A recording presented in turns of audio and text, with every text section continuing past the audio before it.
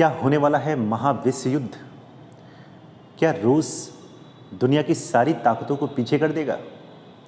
क्या आने वाले समय में, भविष्य में चीन और रूस दुनिया पर राज करेंगे? दुनिया की एक सबसे बड़ी महाशक्ति अमेरिका क्या धीरे धीरे पूरी तरीके से बर्बाद हो जाएगी? भारत अमेरिका और रूस के इस चक्कर में क्या एक त्रिशंकु बन के रह जाएगा? इन सभी मुद्दों पे हम लोग बात करने वाले हैं। आज समझेंगे ये गुत्थी क्या है, क्या स्थिति है, हालात क्या हैं। रूस यूक्रेन पे अटैक कर चुका है, बमबारी कर रहा है, और क्या होने वाला है भविष्य के गर्त में। आइए हम बात करते हैं संक्षेप में। नमस्कार दोस्तों, मेरा नाम है विनय सिंह। मैं आपके सामने समसामयिक मुद्दे और सब्जेक्टिव मुद्दे लेकर के सामने आता हूं और चर्चा करते हैं। और आज की चर्चा कई मायनों में बहुत खास होने वाली है।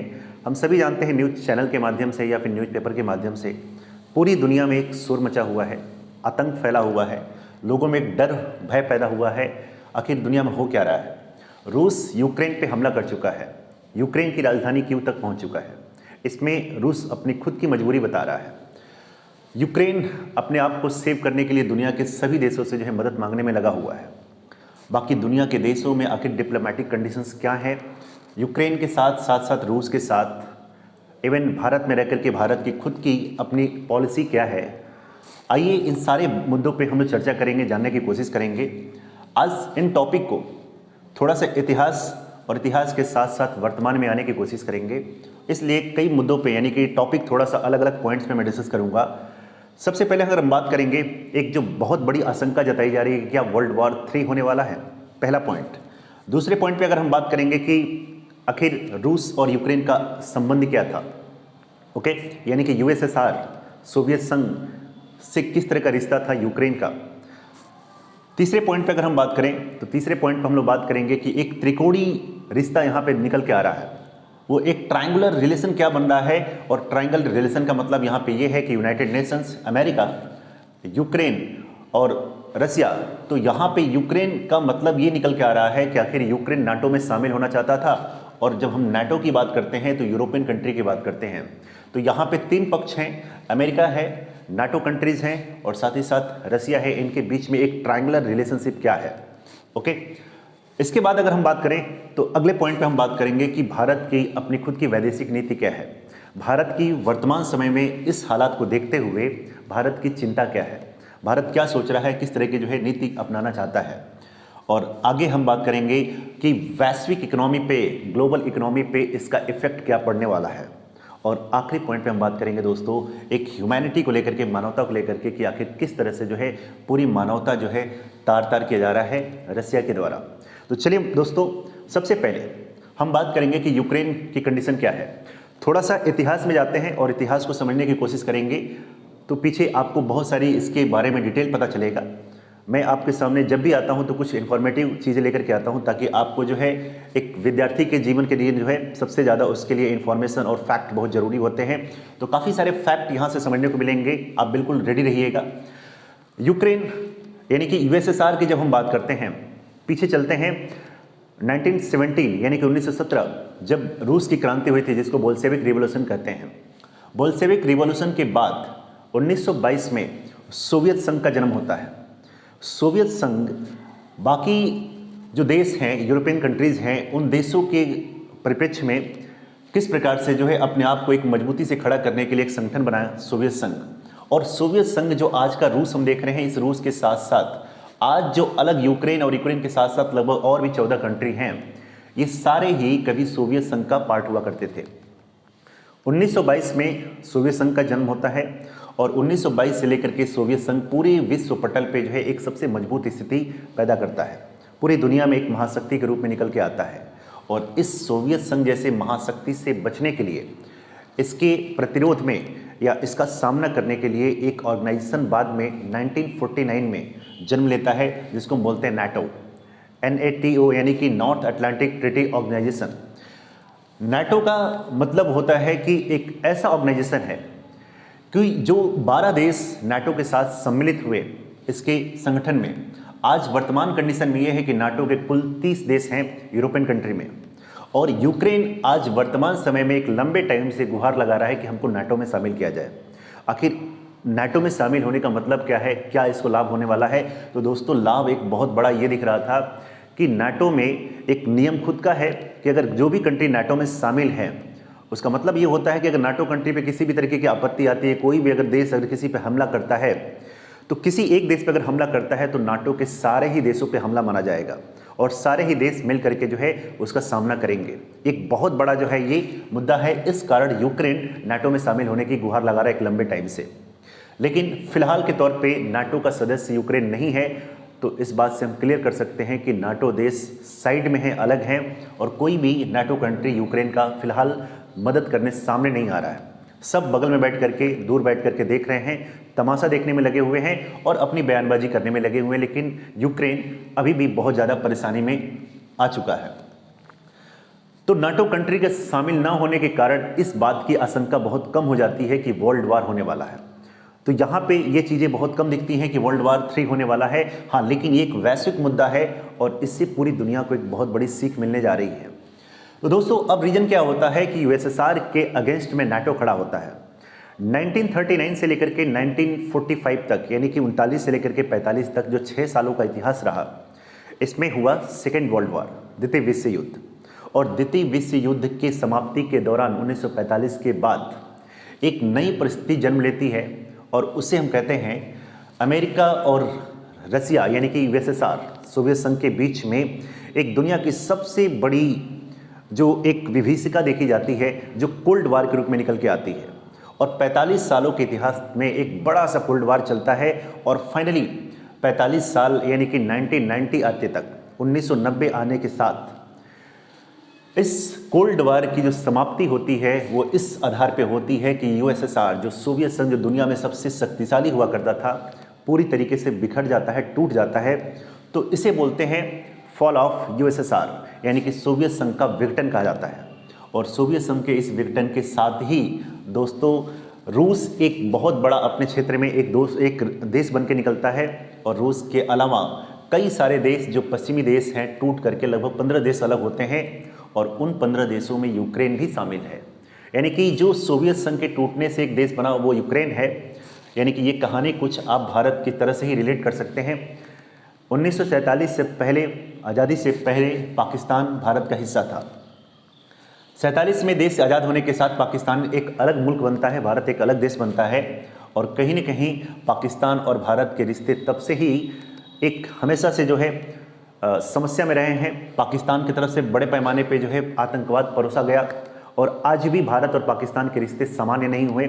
इसके कई सारे कारण हैं, क्योंकि भारत जो है हालांकि इस मंशा से कभी नहीं रहा कि हम पाकिस्तान को कभी अपने कब्जे में करेंगे, क्योंकि पाकिस्तान खुद ही जो है भारत के कुछ हिस्सों को जो है ऑक्युपाइड किया हुआ है, जिसमें सबसे बड़ा मुद्दा निकल के हमेशा से आता है पीओके का। पाकिस्तान 1948 से उस हिस्से को कब्जे में लिया हुआ है और आगे भी जो है इस पूरे जम्मू एंड कश्मीर के हिस्से को जो है कब्जा करने की नीयत से रहता है और इस कारण भारत और पाकिस्तान के रिश्ते कभी सामान्य नहीं हुए। तो कुछ ऐसी ही कहानी जो है यहाँ पे है यूक्रेन और रसिया के साथ। अब यहाँ पे रूस का यूक्रेन के साथ आखिर बहुत सारे 15 देश अलग हुए, तो फिर यूक्रेन के साथ ही आखिर रूस की इस तरह की जो है समस्या क्यों पैदा हो रही है? तो दोस्तों मैंने पीछे बताया आपको कि यूक्रेन नाटो में शामिल होना चाहता है। अब अगर नाटो में अगर यूक्रेन शामिल हो जाए तो दोस्तों आपको समझ में आना चाहिए कि नाटो में शामिल होने के साथ साथ पूरा यूरोपियन कंट्री और साथ साथ अमेरिका का वर्चस्व होगा बिल्कुल कहाँ पे? रूस के बगल में। और रूस कभी भी नहीं चाहता है कि किसी भी तरीके के जो है पश्चिमी देशों का जो है एक मजबूत संगठन हमारे बगल में खड़ा हो, ताकि इसकी अपनी खुद की जो है छवि पे कोई दाग लगे और किसी भी तरीके की समस्या जो है से निजात पाने के लिए जो है रूस यूक्रेन को जो है इस बढ़ावा देने के लिए कोशिश में नहीं है। साथ साथ यूक्रेन जो है ये चाहता है कि नाटो में शामिल होकर के हम अपनी एक खुद की जो है वर्चस्व कायम रखें और आगे हम रूस से जो है सामना कर सके। तो फिलहाल रूस का हमला हो चुका है यूक्रेन पे और पूरा यूक्रेन हो सकता है कि दुनिया के पटल से गायब हो जाए। अगली बात अगर दोस्तों हम करें तो अगली बात यह है कि एक त्रिकोणी जो कहीं ना कहीं यहाँ पे कंडीशन समझ में आ रही है कि रिलेशन क्या है। आखिर अमेरिका का हित यहाँ पे यूक्रेन में कैसा दिखा रहा है, आखिर यूरोपियन कंट्री का यूक्रेन में किस तरह का हित दिख रहा है। तो अगर हम इस हितों की बात करें तो साफ साफ नज़र आता है कि अमेरिका की मंशा शुरू से रही है कि पूरी दुनिया पे राज करने की। 1945 से लेकर के 90 तक के जो कोल्ड वार चला, उसमें अमेरिका दुनिया में सबसे ज़्यादा शक्तिशाली देश के रूप में निकल करके आया, और तब से लेकर के आज भी एक सुपर पावर के रूप में अमेरिका बना हुआ है। और ये सुपर पावर की जो एक अपनी खुद की इमेज है, उसको मेंटेन करने के लिए, उसको और बड़ा करने के लिए अमेरिका किसी भी हद तक जाने की कोशिश में लगा रहता है। तो नाटो कंट्री के साथ साथ यानी कि अमेरिका जो है खुद चाहता है कि यूक्रेन में उसकी पहुंच हो, कंट्रोल हो, और अगर यूक्रेन में उसका कंट्रोल होगा तो यहाँ से अपने घोर विरोधी देश रसिया का सामना वो आसानी से कर सकेगा, और पूरी तरीके से रसिया के साथ साथ यूरोपियन कंट्री में भी अपना कंट्रोल बना पाएगा अमेरिका। इसलिए अमेरिका की अपनी खुद की एक निजी सोच ऐसी है। और यहाँ पे यूरोपियन कंट्री की बात करें तो यूरोपियन कंट्री भी कुछ ऐसे ही सोच रहे हैं कि रूस की ताकत को कम करने के लिए या कंट्रोल करने के लिए यूक्रेन पे जो है उनका संप्रभुत्व या फिर कह सकते हैं कि कंट्रोल होना जरूरी है। इसलिए से यूरोपियन कंट्री भी जो है यूक्रेन के साथ खड़े थे। लेकिन वर्तमान में जैसा कि मैंने आपको बताया कि सारे ही देश जब हमला हो चुका है यूक्रेन पे, तो सभी साइड हो चुके हैं और सिर्फ एक अलग बयानबाजी करने में लगे हुए हैं। कुछ इकोनॉमिकल कंडीशंस की बात करें दोस्तों कि आखिर इस युद्ध के वजह से और क्या क्या समस्याएं हो सकती हैं, यूरोप पे इसका असर क्या पड़ने वाला है, अमेरिका पे क्या असर पड़ेगा और भारत पे क्या असर पड़ेगा। हम सभी जानते हैं कि रसिया, यूक्रेन ये जो ऐसे देश हैं जो नेचुरल रिसोर्स के मामले में बहुत ही रिच हैं। दुनिया में second largest crude oil producer है रसिया, और नेचुरल गैस के मामले में भी बहुत ज़्यादा यहाँ पे संसाधन है। तो इन संसाधनों के माध्यम से बड़े पैमाने पे रसिया जो है यूक्रेन और यूक्रेन के साथ साथ जो है पूरे यूरोपियन कंट्रीज़ में गैस की सप्लाई करता है, एनर्जी सप्लाई करता है। दोस्तों मैं आपको बता दूं कि बहुत चर्चा में रहने वाला जो एक गैस पाइपलाइन है जो रूस से होते हुए, यूक्रेन से होते हुए जर्मनी, और जर्मनी के बाद पूरे यूरोपियन कंट्री में सप्लाई किया जाता है गैस की।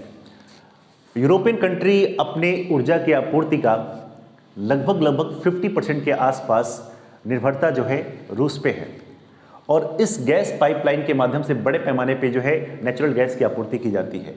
तो अगर किसी भी तरीके की संकट अगर यूक्रेन पे आता है और इस गैस पाइपलाइन अगर बाधित होती है, तो इस पाइपलाइन के बाधित होने के साथ साथ बड़े पैमाने पे जो है ऊर्जा का संकट खड़ा हो जाएगा यूरोप के सामने।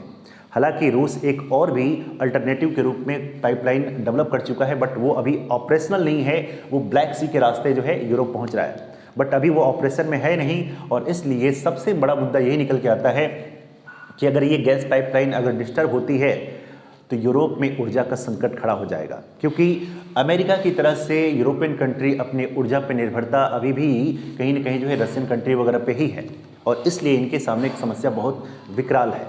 ओके दोस्तों, आगे हम अगर चर्चा करें तो आगे चर्चा करते हैं कि भारत का संबंध, भारत की दुविधा क्या है, भारत आज इन कंडीशन को कैसे देख रहा है, और भारत की अपनी खुद की पॉलिसी क्या होनी चाहिए।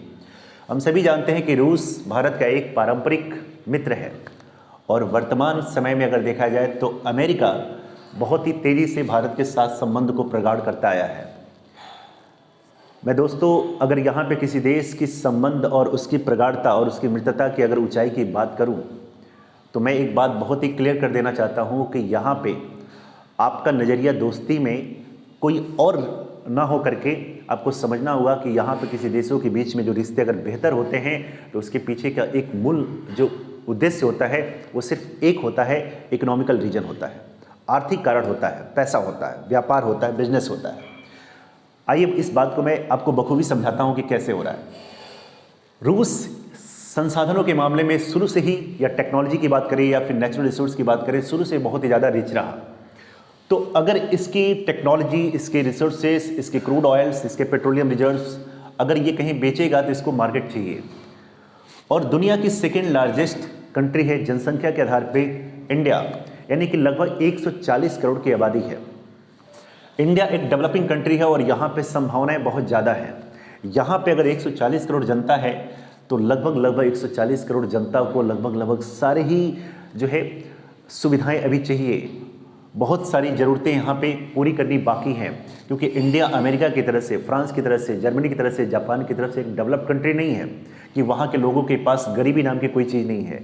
बेरोजगारी बहुत ही कम है, सबके पास खाने पीने को लेकर के या हर तरीके से वो संपन्न है। इस तरह की स्थिति भारत की नहीं है। भारत में गरीबी का रेशियो अभी भी बहुत ज़्यादा है, अनएम्प्लॉयमेंट का रेशियो बहुत हाई है, और अगर 140 करोड़ की जनता को अगर 100% के हिसाब से अगर देखने की कोशिश करें तो लगभग 90% की जनता अभी पूरी तरीके से जो है समस्या से ग्रसित है और बहुत ही अभाव में जी रही है। एक लंबा इनको इकोनॉमिकल एडवांटेज चाहिए और साथ ही साथ जो है इनमें संभावनाएं बहुत ज़्यादा देखी जा सकती हैं, और यही कारण है कि रूस और अमेरिका शुरू से ही दुनिया को एक मार्केट समझ के, एक बाजार समझ करके यहाँ पे अपनी नज़रें लगाए रहते हैं, और जिसका व्यापार इंडिया में बेहतर होता है वो भारत का सबसे करीबी दोस्त होता है। तो यहाँ पे दोस्तों सीधा सीधा मेरा मतलब समझ में आ रहा होगा आपको कि यहाँ पे दोस्ती का मतलब सीधा है कि अगर व्यापार अगर अच्छे हैं, इकोनॉमिकल कंडीशंस अगर बेहतर चल रहे हैं, टर्म्स कंडीशन, तो वो सबसे अच्छे दोस्त हैं। एक लंबे टाइम से रसिया जो है एक बड़ा मार्केट समझ करके इंडिया के साथ एक पार्टनर बना रहा, और वर्तमान में इसी कंडीशंस को आगे बढ़ाते हुए अमेरिका भी भारत से रिश्ते बहुत आगे ले जा चुका है, यानी कि अमेरिका से भी हमारे जो द्विपक्षीय व्यापार होता है बहुत तेज़ी से आगे बढ़ रहा है। तो कहीं ना कहीं मैंने आपको समझाया कि इसमें भारत का हित क्या है, भारत आखिर किस तरह से अपने रिश्ते को देखे। तो मुझे लगता है दोस्तों कि रसिया के साथ जो भारत का रिश्ता था, कहीं ना कहीं एक कुछ सालों से अगर देखा जाए तो रूस और यहाँ पे अब चाइना का जिक्र करना बहुत ज़रूरी हो जाता है, क्योंकि किसी भी तरीके से चाइना को रसिया जो है इग्नोर करके आगे नहीं बढ़ सकता, और चीन की यही मंशा है कि रूस के साथ मिल करके पूरी दुनिया को जो है कंट्रोल करने की, क्योंकि इसके पहले ही चीन बहुत सारे प्रोजेक्ट थे, यानी कि एक ऐसा प्रोजेक्ट जो सिल्क रूट के नाम से हम जानते थे, जो आज के टाइम पे BRI यानी कि बॉर्डर एंड रोड इनिशिएटिव के नाम से जानते हैं, उस प्रोजेक्ट के माध्यम से चाइना खुद ही क्लियर कर चुका है कि पूरे 3 महाद्वीप, एशिया, यूरोप और अफ्रीका को कंट्रोल करने में लगा हुआ है। हालांकि दोस्तों इन मुद्दे पर बहुत ज़्यादा चर्चा हम नहीं करेंगे क्योंकि टॉपिक हमारा कुछ अलग है। तो मैं आपको बता दूं कि चीन और रूस ऑलरेडी जो है एक साथ बहुत ही ज़्यादा संबंधों में प्रगाढ़ हो चुके हैं, और कहीं ना कहीं ये चाहते पूरी दुनिया को कंट्रोल करना।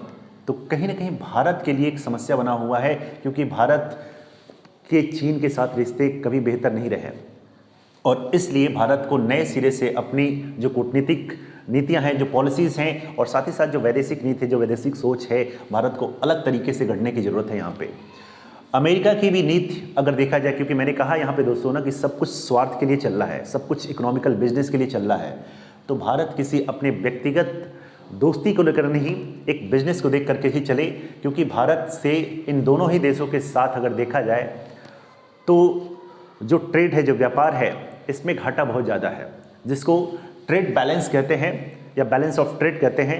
इसका मतलब ये होता है कि जब यहाँ से 10 रुपये का सामान अगर इंडिया में आता है तो इंडिया इनको लगभग 2 रुपये का सामान बेचता है, लगभग 8 रुपये का जो है यहाँ पे घाटा निकल के आता है। इसको व्यापार घाटा कहते हैं, ट्रेड डेफिसिट के नाम से जानते हैं, और ये चाहे रसिया हो चाहे अमेरिका हो, सबके साथ भारत की समस्या यही है। इसलिए कहीं ना कहीं भारत को अगर खुद जो है विश्व पटल पे एक संप्रभु और कहीं ना कहीं दुनिया को अगर एक महाशक्ति के रूप में अपने आप को देखना चाहता है भारत, तो भारत को एक महाशक्ति की तरह से ही सोचनी चाहिए। यहाँ पे निष्पक्ष होकर के सही तरीके से सारी ही बातों को देखते हुए, सारी कंडीशंस को देखते हुए भारत को अपना एक अलग स्टांस रखना चाहिए, न कि यहाँ पे किसी तरह की कोई पारंपरिक दोस्त और न ही कोई वर्तमान दोस्त के लोग करके जो है भारत चर्चा करे, क्योंकि यहाँ पे सब अपने निजी स्वार्थ में लगे हुए हैं। तो भारत को भी अपने ही निजी स्वार्थ को देखते हुए अपनी इकोनॉमिकल कंडीशंस को बेहतर रखने के लिए ही भारत कोई भी कदम उठा सकता है। ओके, तो भारत की यहाँ पे इकोनॉमिकल जो है समस्या इस बात की है, और भारत अभी भी जो है इस बात में एक गहमा गहमी में लगा गया है कि आखिर किस प्रकार से यहाँ पे जो है युद्ध में विराम लाया जाए। हालांकि यहाँ पे अब बात करते हैं आखिरी में मानवता को लेकर के दोस्तों। तो मैंने कहा था कि पूरी तरीके से मानवता को जो है ताक पे रखते हुए रसिया यूक्रेन पे हमला कर चुका है।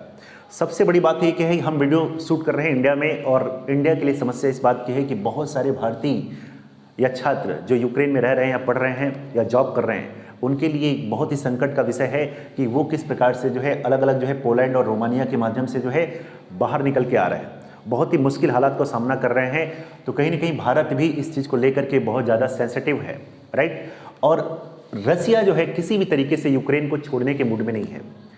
तो दोस्तों इस प्रदेश को अगर थोड़ा सा फिर से संक्षिप्त में समझाने की मैं कोशिश करूं तो आप ये समझ सकते हैं, इस पूरी बातों से, मेरी बातों से आपको क्लियर हो चुका होगा कि रूस फिर से सोवियत यूनियन बनाने की राह पे चल चुका है, और कहीं ना कहीं रूस की मंशा है कि जितने भी इसके पड़ोसी मुल्क हैं, क्योंकि रूस का जो है संबंध एक लंबे टाइम से अगर देखा जाए तो कहीं ना कहीं एक सोवियत यूनियन की जैसे फिर से एक महाशक्ति बनने की है, और इसलिए रूस कभी भी शुरू से ही देखा जा रहा है कि कभी भी अपने पड़ोसी मुल्कों को छोड़ने की नियत में नहीं दिखता है। आज यूक्रेन पे हमला है, लगभग 7 साल पहले यूक्रेन का ही हिस्सा क्रीमिया 2014 में रूस ने जो है हड़प लिया, 2008 में जॉर्जिया के कुछ हिस्सों को जो है रूस ने हड़प लिया। इस प्रकार से रूस अपने सारे ही पड़ोसी मुल्कों को जो है परेशान किया हुआ है, यानी कि एक इंपेरियलिज्म की भावना, एक साम्राज्यवाद दुनिया में जो यूरोपियन कंट्री के द्वारा या फिर अमेरिका के द्वारा या फिर रसिया के द्वारा जो है इस तरह की फिर से साम्राज्यवाद औपनिवेशिकवाद की जो परिभाषा गढ़ी जा रही है कि पूरी दुनिया पे राज किया जाए, आर्थिक तरीके से अब पूरी दुनिया हमारे कंट्रोल में हो, ये इस तरह की सोच लेकर के यहाँ पे रूस भी काम कर रहा है। और इसलिए किसी भी तरीके से रूस की इस पॉलिसी को बेहतर नहीं कहा जा सकता। इसलिए एक नए तरीके का संदेश देने की ज़रूरत है भारत को कि आखिर हमारा स्टांस क्या, हमारी सोच क्या है।